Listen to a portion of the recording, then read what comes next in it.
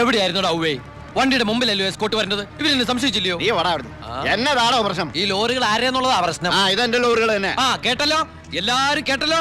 കള്ള സ്പിരിറ്റുമായിട്ട് വന്ന ഈ 3 ലോറികളും നമ്മുടെ ബഹുമാനപ്പെട്ട വർക്കിച്ചിന്റേതാണെന്ന്. അപ്പനെന്നേ പറയുന്നേ? ഇത് നമ്മുടെ ലോറികളല്ല. അത് തന്നെയാണോ ഞാനും പറയാൻ വന്നത്. ഇത് നമ്മുടെ ലോറികളല്ല. ഇത് വർക്കിച്ചിന്റെ ലോറി എന്നെ ഇത് കൊച്ചുവളുടെ പേരിലായിട്ടിരിക്കുന്നത് ചഞ്ചൽ. ഇത് എന്റെ ലോറികളെ അല്ല. അല്ലേ? അല്ലെന്ന് പറഞ്ഞില്ലേ? അപ്പൊ ഓക്കെ, വർക്കിച്ചായന്റെ ലോറികൾ അല്ലെങ്കിൽ നമുക്ക് പിടിച്ച് അകത്തിട്ടല്ലോ സാറേ. എന്തായാലും ഉടമസ്ഥൻ വരുമല്ലോ, അപ്പൊ അയാളെയും പിടിച്ച് അകത്തിടാം. എങ്ങനെയുണ്ട് എന്റെ ഐഡിയ? സാറിന് ടോയ്ലറ്റ് പോകാൻ പറ്റുന്നുണ്ടോ? ഫേസ് വല്ലാണ്ടിരിക്കണു. വർക്കിച്ചായ ഒന്ന് ഇങ്ങോട്ട് വന്നേ. വന്നേന്ന് ഇങ്ങോട്ട് വന്നേന്ന് ഞാനല്ലേ വിളിക്കണേ. വർക്കിച്ചന് ലോറി ലോഡ് അടക്കം വൻ നഷ്ടം വരുമെന്ന് എനിക്കറിയാം. വർക്കിച്ചന്റെ വണ്ടികളുടെ നമ്പർ ഉപയോഗിച്ച് എന്റെ ലോറികൾ 1 മണിക്കൂർ മുമ്പ് പാലക്കാട് അതിർത്തി കടന്നു. ഇനി മഷിയിട്ട് നോക്കിയാലും കിട്ടില്ല. എന്തിനാ വർക്കിച്ചൻ എന്റെ റൺവേ കയറി കളിച്ചത്? അതുകൊണ്ടല്ലേ ഞാൻ കയറ്റി കളിച്ചത്. ഇനി എന്റെ റൺവേ കയറി കളിച്ച ഇതൊരു സാമ്പിൾ വെടിക്കട്ട. തൃശൂർ പൂരം കാണാൻ പോകുന്നേ ഉള്ളൂ. വരട്ടടവേ. ഒന്ന് തള്ളിക്കേ. അയാളെ വിളി. സാറേ ഒന്ന് പൊക്കിക്കേ.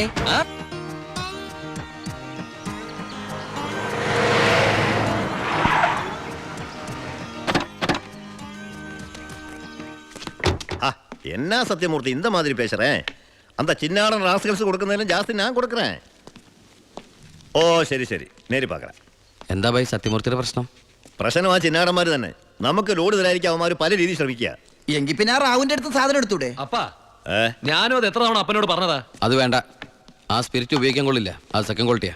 അതെ, ഈ ബിസിനസ് നമുക്ക് മോക്ഷം കിട്ടാനേ നടത്തണമെന്നല്ലോ. അങ്ങനെ പറയരുത് ജോണി.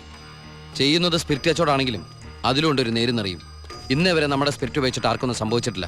ആ വിശ്വാസം നശിപ്പിക്കരുത്. എന്ന് വെച്ചാൽ സത്യമൂർത്തിയുടെ നീ ഇതിൽ ഇടപെടണ്ട. ഓ ശിവ, അവനൊന്നും അറിയില്ല, വിട്ടുകള. ഞാനേ സത്യമൂർത്തി ഒന്ന് കണ്ടിട്ട് വരാം. ശിവ, നിനക്കൊരു കത്തുണ്ടായിരുന്നു ദുബായിന്ന്.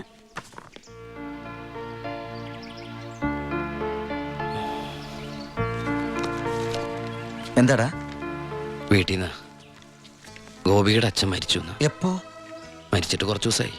നമുക്കൊന്ന് പോണ്ടേ? എവിടേക്ക്? നമ്മളിപ്പോ ദുബായിലല്ലേ. ഓ, അപ്പൊ ഗോപിക പാവം വീടൊഴിഞ്ഞു പോവാത്രേ.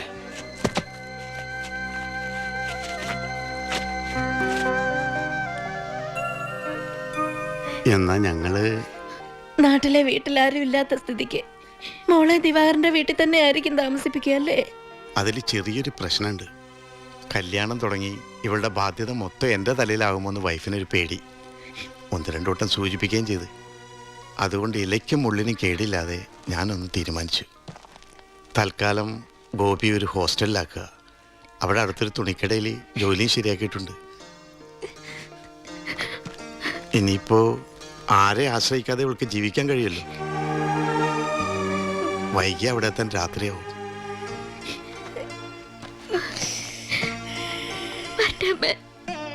എന്റെ മോളെ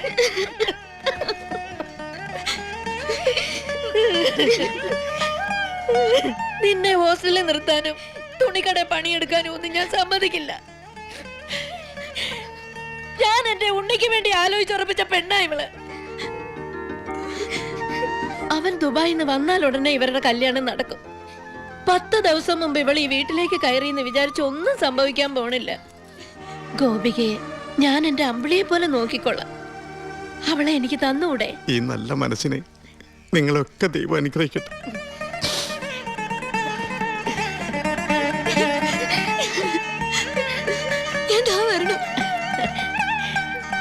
വാ.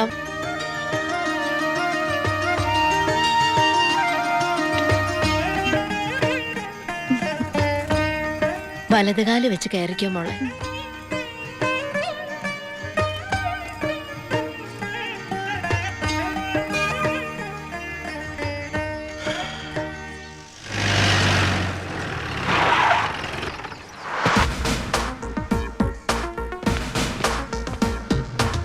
ഫസ്റ്റ് പോസ്റ്റിംഗ് അല്ലേ?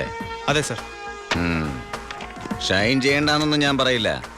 പക്ഷെ ഈ ഭൂലോകം ഒറ്റയടിക്ക് നന്നാക്കി കളയാമെന്നുള്ള വ്യാമോഹമൊന്നും വേണ്ടതെനിക്ക്. മനസ്സിലായോ?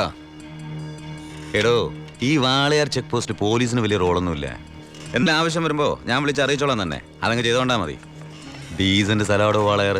സാറ് പറയും പോലെ വാളയാർ അത്ര ഡീസന്റ് സ്ഥലമായിരുന്നെങ്കിൽ ആ ചെക്ക് പോസ്റ്റ് വഴി കേരളത്തിലേക്ക് സ്പിരിറ്റ് ഒഴുക്ക് ഉണ്ടാകുമായിരുന്നില്ലല്ലോ സാർ. വല്ലവരും പറയുന്ന കേട്ടതല്ലാണ്ട് തനിക്ക് എന്തറിയാടോ വാളയാറിനെ പറ്റി? പാലക്കാട് ഡിസ്ട്രിക്റ്റിലെ തമിഴ്നാട് ബോർഡർ, ആ. കേരളത്തിലെ പ്രധാന ചെക്ക് പോസ്റ്റ്, സങ്കര ഭാഷ, വിസ്തീർണം 62.84 സ്ക്വയർ കിലോമീറ്റേഴ്സ്, ജനസംഖ്യ 16,000, police station strength 47 constables, 10 head constables, 2 ASI, 1 SI. ഈ വർഷം ചാർജ് ചെയ്യപ്പെട്ടത് 14 ക്രിമിനൽ കേസുകൾ, 250 പെറ്റി കേസുകൾ. ഇതല്ലേ സർ വാളയാർ? ചെക്ക് പോസ്റ്റിൽ പോലീസിന് വലിയ പണിയൊന്നുമില്ല, വേണ്ട. പക്ഷേ ചെക്ക് പോസ്റ്റ് കടന്ന് നമ്മുടെ അതിർത്തിയിലൂടെ വരുന്ന വണ്ടികളിൽ വല്ല കള്ളക്കടത്തും കണ്ടെത്തിയാൽ ഒരു SIയുടെ അധികാര പരിധി വെച്ച് എനിക്ക് കേസ് എടുക്കാമല്ലോ sir. Yes. Thank you sir.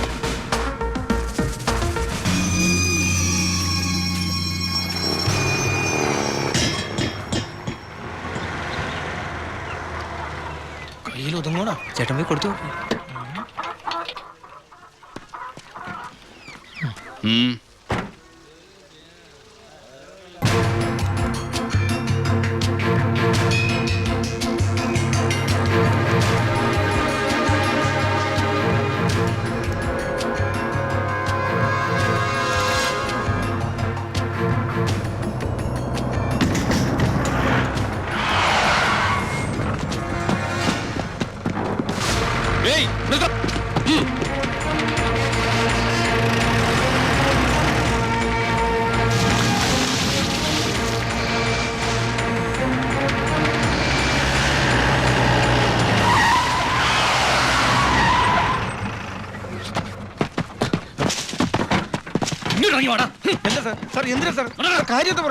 എന്താണ് പോലീസ് കിടന്ന് വഴിമാറിപ്പോയത്? ഈ സാർ കൈമടക്ക് ചോദിക്കുന്നത് പേടിച്ചാ. എന്താണ് വണ്ടിയില്? കോഴിയാ സാർ, നല്ല വയറ്റിലൊന്നും കോഴി.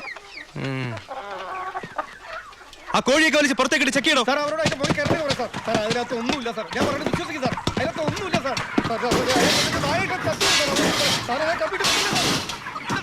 പിന്നെ എന്തിനാണ് നീ ചെക്ക് പോസ്റ്റിൽ കാശ് കൊടുത്തത്? സാർ ഞാൻ RC ബുക്ക് എടുക്കാൻ മറന്നുപോയി, അതുകൊണ്ടാ സാർ. അതിന് 1000 നോട്ട് കൊടുക്കണം. സാർ എന്താണോ? എല്ലാം ചെക്ക് ചെയ്തു. ഇതിൽ കോഴി അല്ലാതെ വേറെ ഒന്നുമില്ല സാർ. നിന്നെയൊക്കെ തെളിവ് സത് എന്തെങ്കിലും എന്റെ കിട്ടും.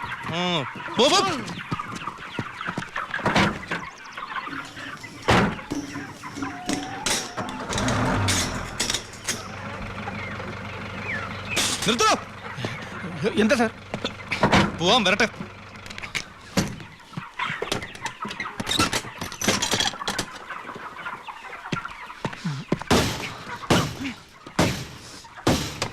പിടിക്കണവനെ. സാർ എനിക്കൊന്നും അറിയില്ല. സത്യമായിട്ട് എനിക്കൊന്നും അറിയില്ല സാർ. എനിക്കറിയില്ല സാർ.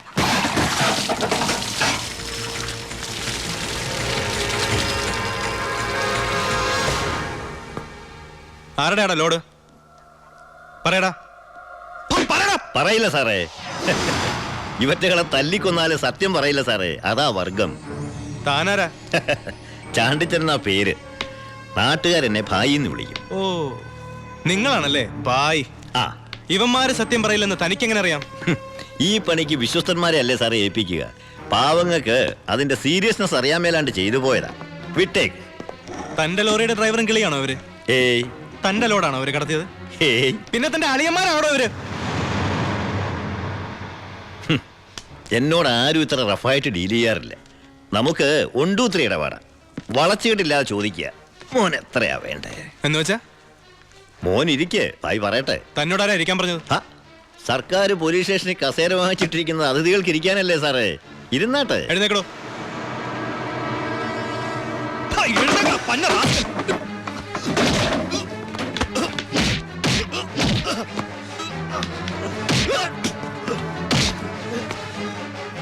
ഇവരുമായിട്ടുള്ള ബന്ധം നിന്നെ കൊണ്ട് പറയിക്കാൻ പറ്റുമെന്ന് ഞാനൊന്ന് നോക്കട്ടെ. സാർ, ഇവന്റെ ലോറി ലോഡുമാണ് പിടിച്ചെടുത്തത്. RC പരിശോധിച്ചപ്പോ വണ്ടി ഇവന്റെ പേരിലാണ്. കുറ്റം സമ്മതിച്ചിട്ടുണ്ട് സാർ.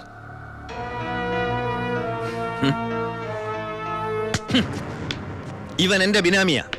ലോറിയും ലോഡും എന്റേതാ എന്ന് വെച്ച് നിനക്ക് എന്നെ ഒരു പുല്ലും ചെയ്യാൻ പറ്റില്ല.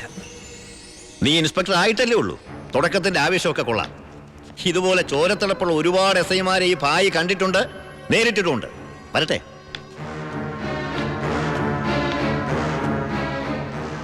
പിന്നെ മേടിച്ച് തിരിച്ചു കൊടുക്കുന്ന സ്വഭാവം ഈ ഭായിക്കുണ്ട്.